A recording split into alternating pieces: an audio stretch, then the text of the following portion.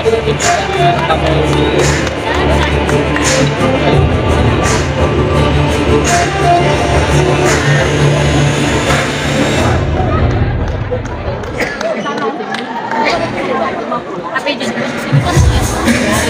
Kalau dari depan, emang ayo sini bang.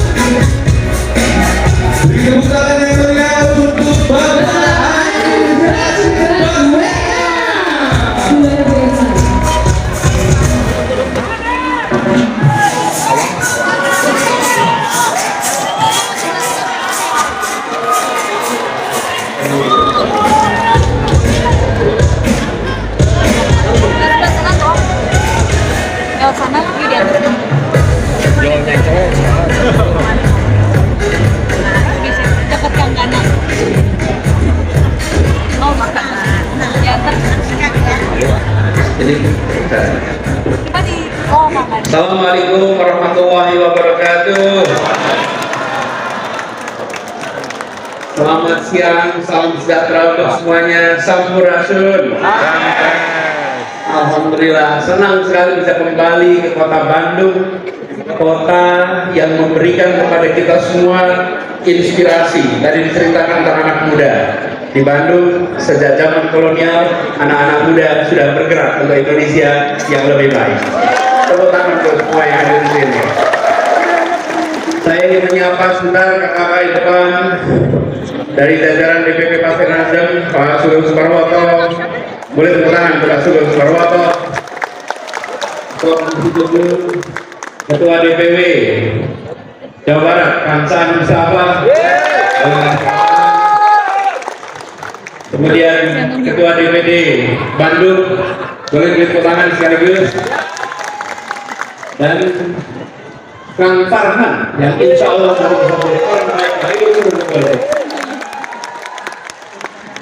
saya dapat tugas bicara tentang anak muda dan politik. Anak muda dan politik ini bukan sesuatu yang baru sebetulnya, tapi kita sudah terlanjur agak lama tidak menyebutkan, tidak membahas anak-anak muda dalam politik. Karena itu dalam kesempatan ini saya ingin sedikit bercerita mengapa buat anak muda politik itu penting. Kekuatan anak muda adalah karena kebaruannya. Itu kekuatan anak muda. Kalau anak muda tidak membawa kebaruan, dia tidak lagi muda. Ada tadince. Kalau anak muda tidak berbicara masa depan, dia sesungguhnya sudah tua. Kalau ada anak muda bicara masa lalu, dia sesungguhnya sudah tua. Anak muda tidak menawarkan biografi. Anak muda menawarkan rencana untuk masa depan. Itulah anak muda. Makanya saya pernah cerita sama, waktu saya di kampus ngobrol sama mahasiswa, saya bilang, kalau anak muda itu menawarkan masa depan. Jadi kalau diwawancara pekerjaan ditanya, anak muda, apa pengalamanmu? Maka jawab, saya tidak menawarkan pengalaman, saya menawarkan masa depan. Biarkan yang menawarkan pengalaman orang tua tuh. Kalau anak muda menawarkan masa depan, kebaruan, kemampuan untuk melihat fenomena yang sama dalam perspektif yang berbeda. Karena barunya itu membuat dia bisa bertanya hal-hal yang tidak dipertanyakan, membuat dia bisa melihat hal-hal yang sebelumnya terlewatkan. Bahkan beri contoh di Jakarta tahun lalu ada sebuah zebra cross. Zebra cross itu sudah ada bertahun-tahun, tapi ada anak-anak muda melihat zebra cross ini bukan tempat penyeberangan saja, dipandang sebagai catwalk. Ingat si Tayang? Fenomena ingat kan? Apa yang terjadi? Ini yang namanya zebra cross ini udah bertahun-tahun, tapi di mata anak muda ini bukan sekedar zebra cross.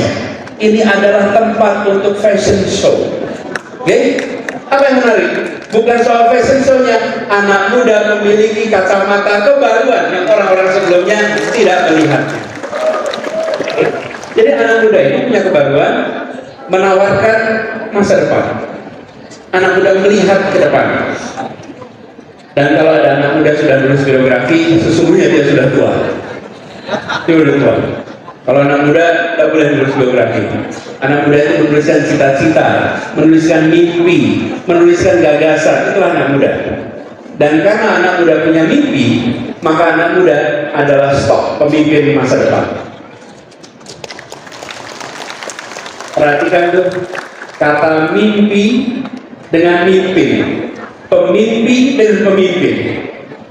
Seorang pemimpin haruslah pemimpin yang memiliki kemampuan untuk mengubah gagasan mimpi menjadi kenyataan. Itu artinya. Jadi pemimpi yang mampu menerjemahkan mimpinya jadi kenyataan, itulah pemimpin. Karena ada gagasan, ada mimpi, ada cita-cita. Jadi sekalian, teman-teman muda yang saya hormati, ketika Nasdem menyelenggarakan kegiatan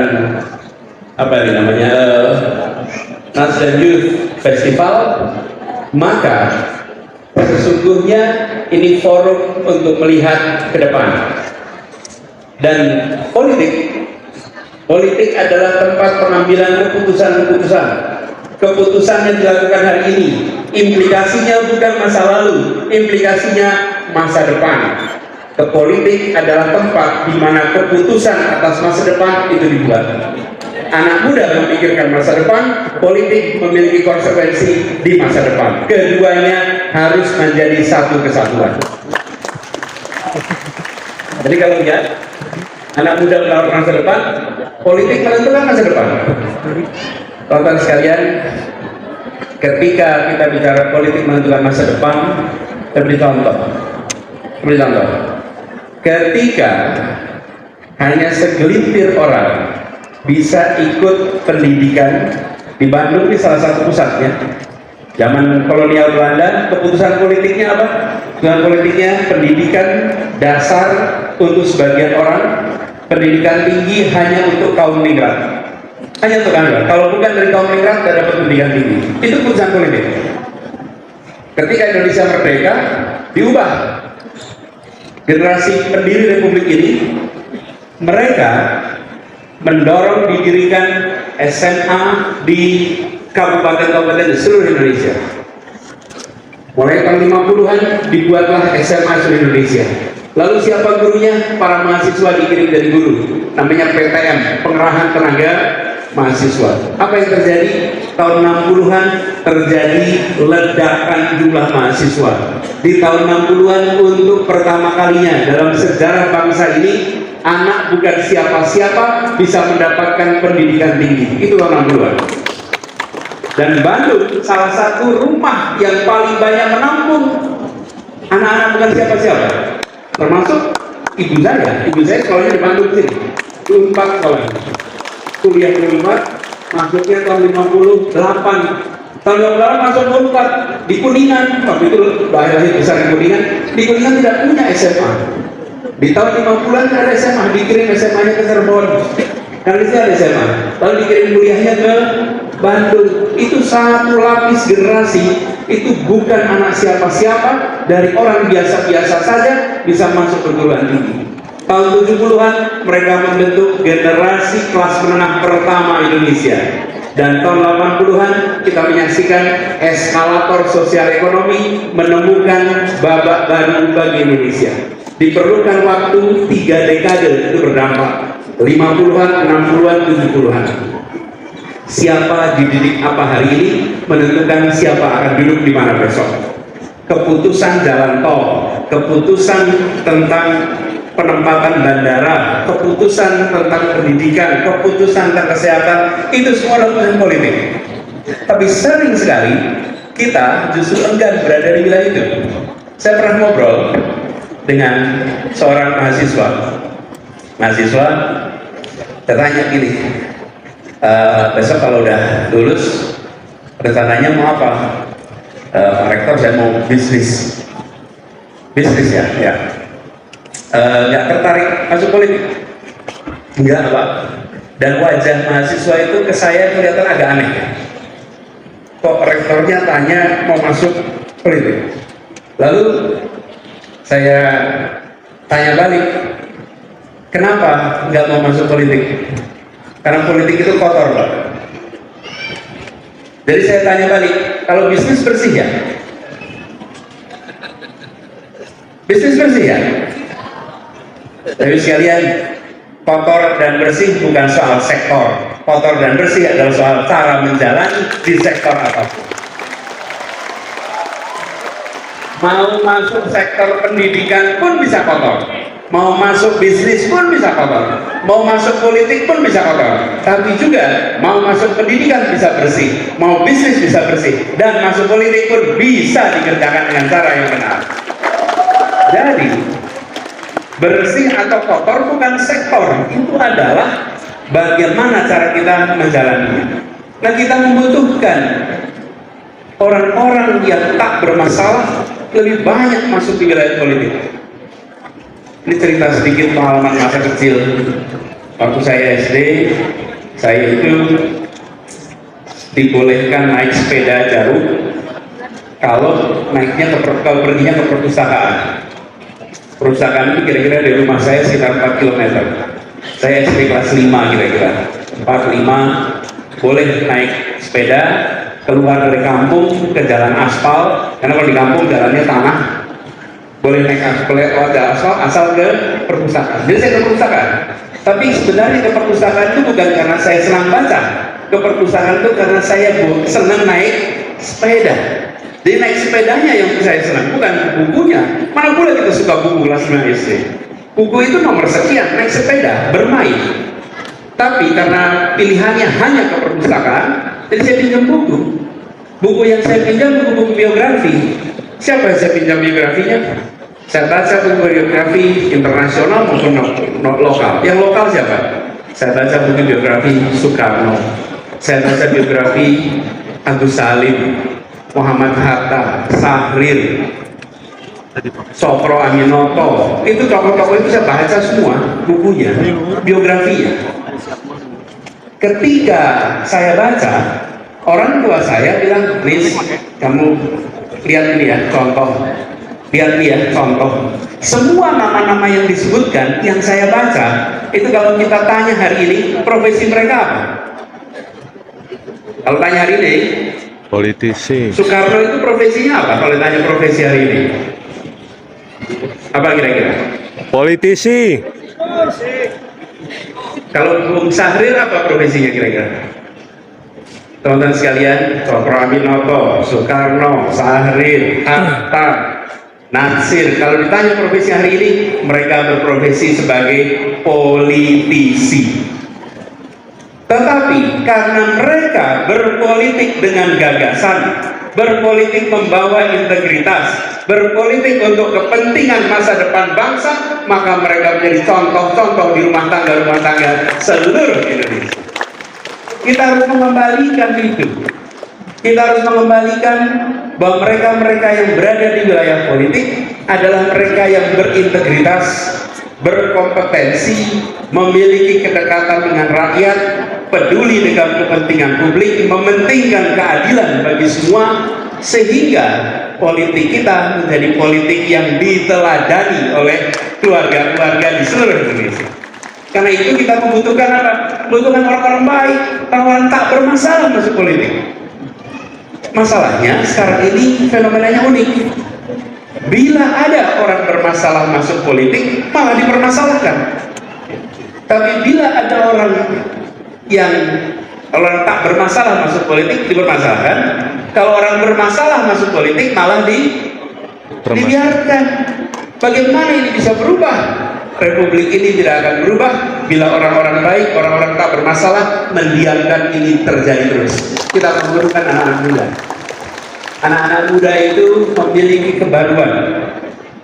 Anak-anak muda itu memiliki kemampuan untuk melihat dengan perspektif yang baru. Ada di beberapa negara lain, di contoh statistiknya, anggota dewan, anggota parlemen sampai hampir 10% di bawah usia 30 tahun. Mereka bawa suara generasi Z. Jadi kalau kita sekarang itu melihat fenomena hari ini, teman-teman sekalian, kita membutuhkan kebaruan di dunia politik kita. Kita membutuhkan anak-anak muda yang punya idealisme, yang punya mimpi untuk bangsanya, untuk mengambil pilihan, punya mimpi dan lalu urun angan, atau punya mimpi dan lalu turun tangan. Itu bedanya cuma satu huruf. Yang satu namanya urun angan, yang satu turun tangan. Nih, saya pengen Indonesia berubah, tapi tolonglah orang lain yang ngerjain. Indonesia ini lebih baik, tapi biarlah orang lain yang mengerjakan. Saya ingin agar kota kita lebih baik, tapi biarlah orang lain yang mengerjakan. Sudah saatnya kita bilang, kami ingin kota ini lebih baik, provinsi ini lebih baik, negeri ini lebih baik, dan kita turun tangan sama-sama untuk perbaiki. Setuju? Dan itu artinya turun tangan itu, teman-teman sekalian, turun tangan itu dua pilihan: mengerjakan di depan atau mendukung yang baik, tapi bergerak bersama. Kalau nanti Kang Farhan maju wali kota, orang baik, berintegritas, oke? Nah, dibantuin, didukung. Tapi kalau tidak, banyak orang baik kalah bukan karena banyaknya orang bermasalah, tapi karena orang baik lainnya memilih diam dan mendiamkan. Oke? Kemenangan atas orang-orang bermasalah bukan karena mereka mampu mengorganisir saja, karena sesama orang baik diam, sesama orang baik tidak bergerak, sesama orang baik tidak turun tangan. Karena itu penting sekali bagi kita semua di sini yang punya rasa tanggung jawab untuk masa depan Indonesia, untuk kebaikan Jawa Barat, kebaikan Kota Bandung. Mari kita berhenti urun angan, mari kita mulai turun tangan dan bergerak bersama. Nah, disinilah Youth Festival ini jadi penting. Tidak semuanya harus berada menjadi calon legislatif, calon wali kota, calon gubernur, calon presiden, tidak semuanya. Tapi semua kita punya tanggung jawab untuk tidak mendiamkan. Carilah orang-orang yang memiliki rekam jejak yang baik, punya integritas yang baik, dibantuin. Karena kalau tidak, mereka akan tumbang, mereka akan kalah. Dan kita membawa yang namanya perubahan itu, kalau saya sering sampaikan, berurutan. Bahwa gagasan, ada narasinya, berwujud karya. Punya visi itu baik, punya mimpi itu penting. Tapi visi dan mimpi harus ditopang dengan rekam jejak. Kalau visi dan mimpi tidak ditopang dengan rekam jejak, maka dia akan berujung pada kekecewaan karena dia tidak menjadi karya yang bisa disaksikan dampaknya. Dia hanya berhenti di gagasan. Untuk bisa menjadi karya, maka dia harus diserahkan kepada orang-orang yang memiliki rekam jejak. Karena itu, bagi teman-teman muda, mulailah membangun rekam jejak itu. Saya melihat teman-teman dari mulai SMA, kuliah, terlibatlah dalam begitu banyak aktivitas masyarakat. Tadi pagi ada jalan sehat di Sidalam Harupat. Saya ketemu dengan anak kelas 6 SD. Anak kelas 6 SD mendatangi. Lalu Pak Anies, saya mau foto Pak Anies. Sini. Ini anak masih kecil. Jadi tanya, kamu kelas berapa? Kelas 6. Saya pulang lagi. Kamu kelas berapa? Kelas 6. Kamu kelas 6 SD? Ya. Di SD Angkasa. Di SD Angkasa datang ke sini ya. Datang sekedar mau ikut, sekedar mau terlibat. Teman-teman, ini potensi-potensi anak muda yang memilih turun tangan di hari Minggu, bukan menonton main game di rumah, terlibat langsung. Dan Nasdem Youth Festival hari ini ada segala macam potensi kegiatan di hari Minggu, dan Anda memilih untuk datang ke tempat ini. Ini adalah orang-orang yang peduli tentang Indonesia ke depan. Memilih turun tangan. Tidak bisa jalan sendirian. Anda memilih untuk memikirkan, Anda memilih untuk menempatkan muda, masa depan, perubahan sebagai satu kesatuan. Itulah kekuatan yang kita miliki. Nah, saya berharap kita dorong ini semua. Ada rekam jejak, ada gagasan, lalu diwujudkan untuk narasi, nanti insya Allah jadi karya. Dan Indonesia kita, tadi pembawa acara menceritakan, Indonesia kita ini adalah dibuat oleh anak-anak muda. Anak muda berkumpul tahunnya 1928, menyepakati hal yang sederhana, namanya satu bangsa, satu tanah air, dan satu bahasa persatuan. Sederhana sekali bukan? Itu semua gagasan bagaimana menjadi Indonesia dari memikirkan anak muda. Mereka muncul pada masa itu dengan pesan yang dahsyat. Teman-teman sekalian yang luar biasa, pesan ketiga, satu bahasa persatuan. Coba satu bahasa persatuan yang dipilih bukan bahasa yang penggunanya paling banyak, bukan bahasa Jawa, bukan bahasa Sunda. Kalau ditanya penggunanya paling banyak itu. Yang dipilih adalah bahasa Melayu daratan yang secara jumlah orang bukan paling banyak, tapi dipilih sebagai bahasa persatuan. Apa yang terjadi hari ini dengan adanya kesepakatan itu? Kita boleh berbeda latar belakang, kita boleh berbeda bahasa ibu, tapi kalau kita duduk bersama, kita tidak perlu penerjemah untuk menunjukkan kita satu bangsa Indonesia. Apa ini? Lihat Uni Eropa. Uni Eropa itu negaranya ada 28, bahasa resminya 23. Ketika mereka berkumpul di belakang penerjemah menerjemahkan, dan kita semua yang peserta di parlemen pakai headset mendengarkan terjemahannya. Saya sering katakan kepada mereka, kalau mau belajar tentang kematangan di dalam membangun sebuah bangsa, kematangan berdemokrasi, maka tengok sebuah bangsa di ujung paling timur selatan Asia, namanya Indonesia. Itu yang bisa jadi contoh buat dunia. Siapa yang munculkan? Anak-anak muda. Kenapa? Karena mereka melihat yang tidak dilihat oleh generasi sebelumnya. Jadi saya berharap kawan-kawan sekalian, setelah Nasdem Youth Festival ini, kita ingin lebih banyak anak-anak muda mau terlibat dalam politik, mau mendukung kegiatan politik, dan membawa perubahan demi orang-orang baik, orang-orang tak bermasalah, bisa mendorong perubahan di Indonesia.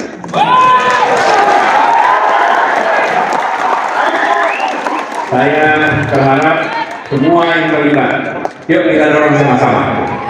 Dan tadi, tidak semua harus berada di dalam proses pencalonan, tapi jangan tinggal diam, membantu bergerak. Dengan cara begitu, insya Allah perubahan akan bisa terjadi di Indonesia, dan apa yang kita saksikan hari ini nanti berbekas di masa depan. Seperti dikatakan tadi, keputusannya hari ini dampaknya masa depan. Keputusan politik tidak berdampak di masa lalu, tapi berdampak di masa depan. Anak muda terlibat hari ini, izinkan membuat sejarah untuk masa depan Indonesia yang lebih baik. Terima kasih semuanya. Assalamualaikum warahmatullahi wabarakatuh. Wow, tepuk tangan yang meriah untuk Bapak Anies Baswedan, luar biasa.